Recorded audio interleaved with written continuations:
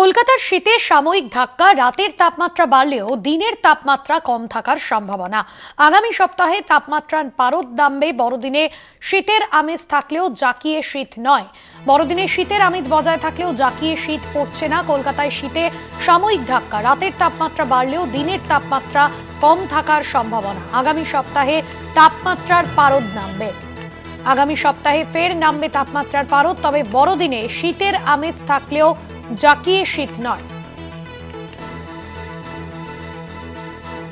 আজ শহরের সর্বনিম্ন তাপমাত্রা 19.2 ডিগ্রি সেলসিয়াস। দক্ষিণবঙ্গের 8টি জেলায় হালকা থেকে মাঝারি বৃষ্টির পূর্বাভাস।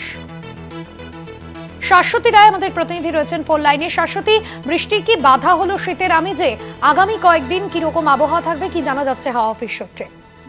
একেবারেই বলাই যায় যে শীতের অন্যতম শত্রু হয়ে দাঁড়ালো এই বৃষ্টি, এবং যে নিম্নচাপ বঙ্গোপসাগরে তৈরি হয়েছে তার প্রভাব কিছুটা হলেও পড়লো বঙ্গের ওপর, এবং তার জেরেই দক্ষিণবঙ্গের 8 জেলায় আজ বৃষ্টির পূর্বাভাস দিয়েছে আলিপুর আবহাওয়া দপ্তর। হালকা থেকে মাঝারি বৃষ্টি হবে বিভিন্ন জায়গায়। সেক্ষেত্রে কলকাতা, হাওড়া, হুগলি সহ একাধিক জেলাতে হালকা বৃষ্টির সম্ভাবনা। 2 চব্বিশ পরগনা, 2 মেদিনীপুর এবং ঝাড়গ্রামে ভারী বৃষ্টি, মাঝারি বৃষ্টির সম্ভাবনার কথা জানাচ্ছে হাওয়া অফিস।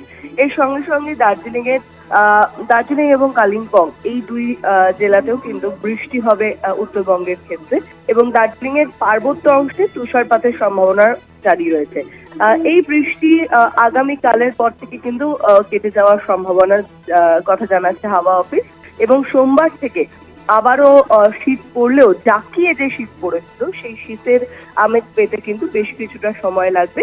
বড়দিনে একেবারেই নিরাশ হওয়ার মতন খবর নয় যে শীত থাকবে না।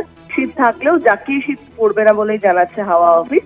সেক্ষেত্রে আজ সম্পূর্ণভাবে মেঘলা আকাশ রাজ্য জুড়ে, এবং বেশ কিছু জেলাতে ঘন কুয়াশার সতর্ক বার্তাও জারি রয়েছে, কারণ রোদ ওঠার আজকের সম্ভাবনা নেই, এবং বৃষ্টি লাগাতার চলবে সারাদিন ধরে। যেখানে দিনের তাপমাত্রা হয়তো কিছুটা হলেও কমবে, তবে রাতের তাপমাত্রা আরো কিছুটা বেড়ে যাওয়ার সম্ভাবনার কথাও জানাচ্ছে আবহাওয়াবিদরা।